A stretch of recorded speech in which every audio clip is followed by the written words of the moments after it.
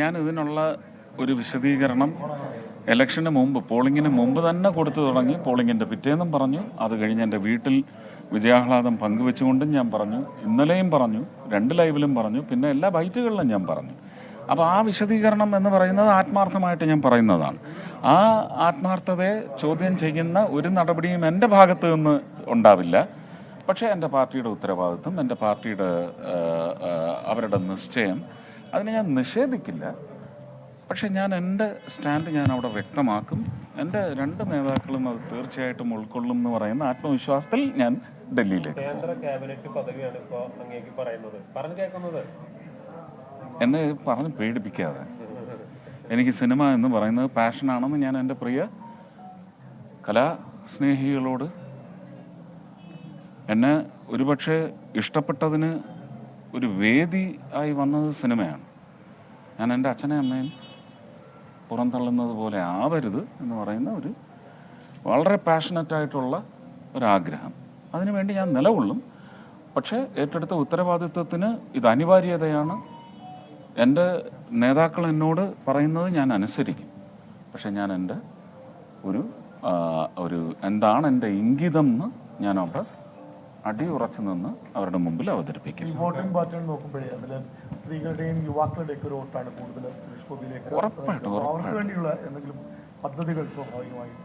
ആദ്യത്തത്, ഞാൻ എൻ്റെ ഒരു സ്ഥാനാർത്ഥി മുന്നോട്ട് കൊണ്ടുവന്ന ഒരു നീക്കമുണ്ട്, പരക്കെ ഇവിടെ വിമർശിക്കപ്പെടുന്ന ഒരു നീക്കം.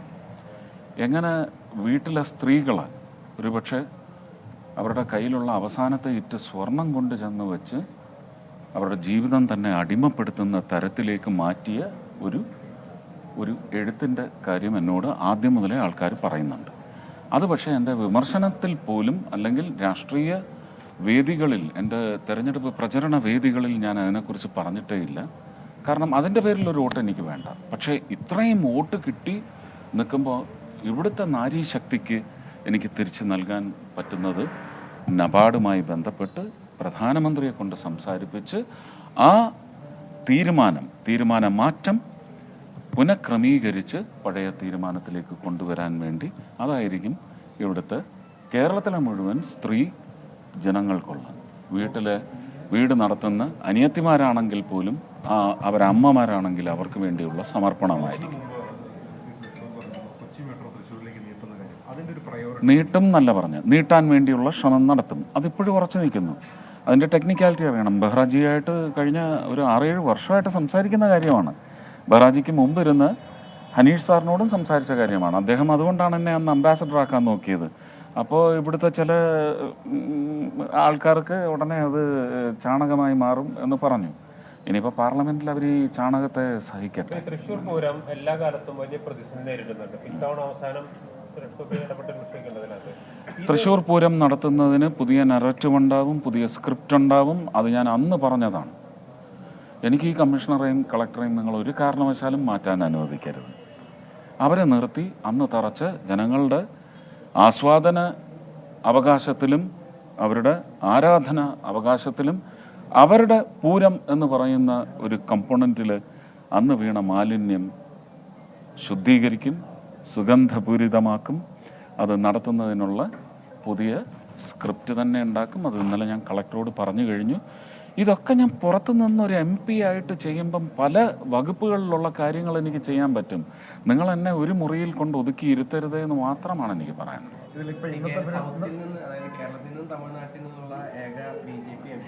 തമിഴ്നാട് നിങ്ങൾ എന്തോ ഒരു ദൈവീകതയുടെ പുറത്ത് മാത്രം എൻ്റെ ചിന്തയിലും നാവിലും വന്ന വചനങ്ങളായിരിക്കാം അത്.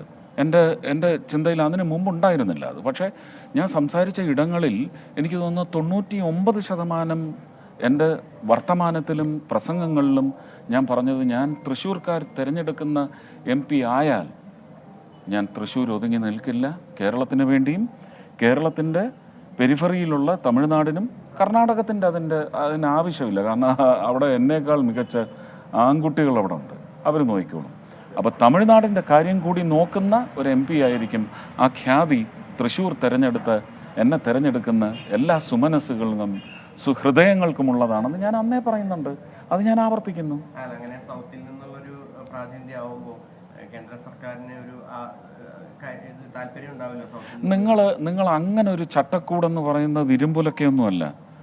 അതിനൊക്കെ പുതിയ റെവല്യൂഷണറി വർക്കിംഗ് പ്ലാറ്റ്ഫോംസ് വരാം.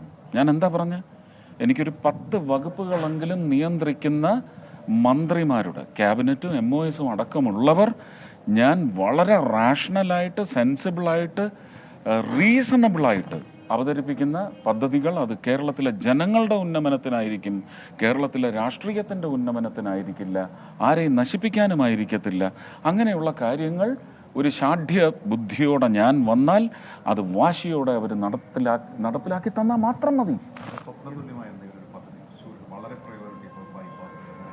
അല്ല, അതെല്ലാം ഞാൻ പറഞ്ഞു കഴിഞ്ഞതാണല്ലോ. അതിലേതുമാവാം.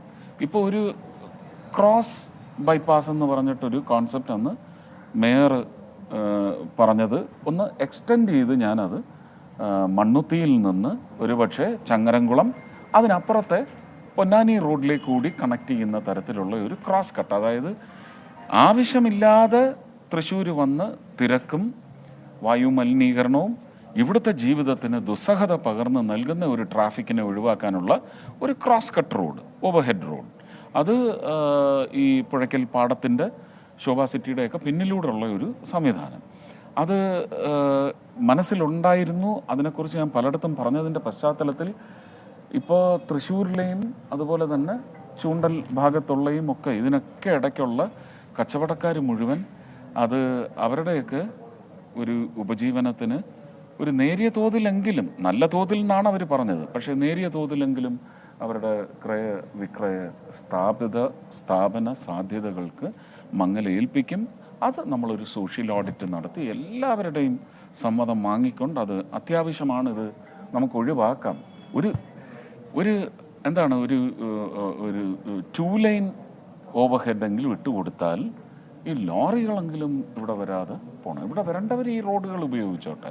അങ്ങനെ വരുമ്പോൾ നമുക്ക് അമല ഹോസ്പിറ്റൽ പ്രദേശത്തിനും ശോഭ കോംപ്ലക്സിനും അതുപോലെ തന്നെ സിറ്റിയിലും ഒക്കെ നമുക്കൊരു ഈസ് ഓഫ് ട്രാഫിക് കൊടുത്തു കഴിഞ്ഞാൽ അത് വലിയ തോതിലുള്ള ഈസ് ഓഫ് ലൈഫിലേക്ക് വരും. അതും ആഗ്രഹം.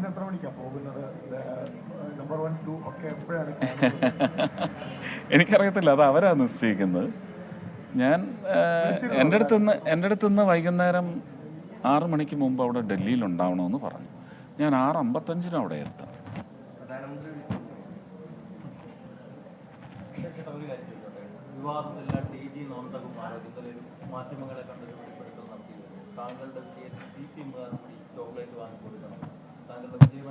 ഞാൻ ജനങ്ങൾക്ക് മധുരം അവരുടെ ഹൃദയത്തിലേക്കാണ് പകർന്നു കൊടുക്കുന്നത്. ഇങ്ങനത്തെ ചീപ്പ് ഡേറ്റയുമായിട്ട് ആരും വരരുത്. അത് ഞാൻ ഇന്നലെ പറഞ്ഞു കഴിഞ്ഞു. കോൺഗ്രസ്സിലെ മനുഷ്യർ എനിക്ക് വോട്ട് ചെയ്തു, CPMലെയും CPIയിലെയും. എന്തിന്? SDPIയിലെ മനുഷ്യർ എനിക്ക് വോട്ട് ചെയ്തിട്ടുണ്ടാവും. 0 വോട്ടായിരുന്നിടത്ത് എനിക്ക് 6 വോട്ട് കിട്ടി. ആ 6 കുടുംബങ്ങളെയും ഞാൻ സംരക്ഷിക്കും. അവർക്ക് ഭീഷണിയുണ്ട്. അപ്പോൾ അവരുടെയും വോട്ടല്ലേ. അപ്പോൾ എനിക്ക് മണ്ണാണ് പ്രധാനം, സംസ്ഥാനമാണ് പ്രധാനം, അവരുടെ കാൽച്ചുവട്ടിലെ മണ്ണാണ് പ്രധാനം. ഈ രാജ്യത്തിൽ അവർക്ക് തുല്യ അവകാശം ഉണ്ട് എന്ന് ആദ്യമായി സ്ഥാപിക്കാൻ വേണ്ടി വോട്ട് ചെയ്ത ആൾക്കാരാണ് എൻ്റെ വിജയം. അങ്ങനെ നിങ്ങൾ മതിൽ കെട്ടി തിരിച്ചോളൂ. ഞാൻ ഇലക്ഷന് പോകുമ്പോൾ എന്താ പറഞ്ഞാൽ, എൻ്റെ സഹസ്ഥാനാർത്ഥികളുടെ പേര് പോലും ഞാൻ പറഞ്ഞിട്ടില്ല. ഞാൻ അവരെ കാണുന്നില്ല. ഞാൻ എൻ്റെ മുമ്പിലുള്ള ജനങ്ങളെ കാണുന്നുള്ളൂ. എന്നെ ജയിപ്പിച്ചിരിക്കുന്നത് യഥാർത്ഥ ഫേക്ക് അല്ലാത്ത സെക്യുലറിസ്റ്റ് ആണ് എന്നെ ഇവിടെ ഈ ഭൂരിപക്ഷം തന്ന് വിജയിപ്പിച്ചിരിക്കുന്നത്.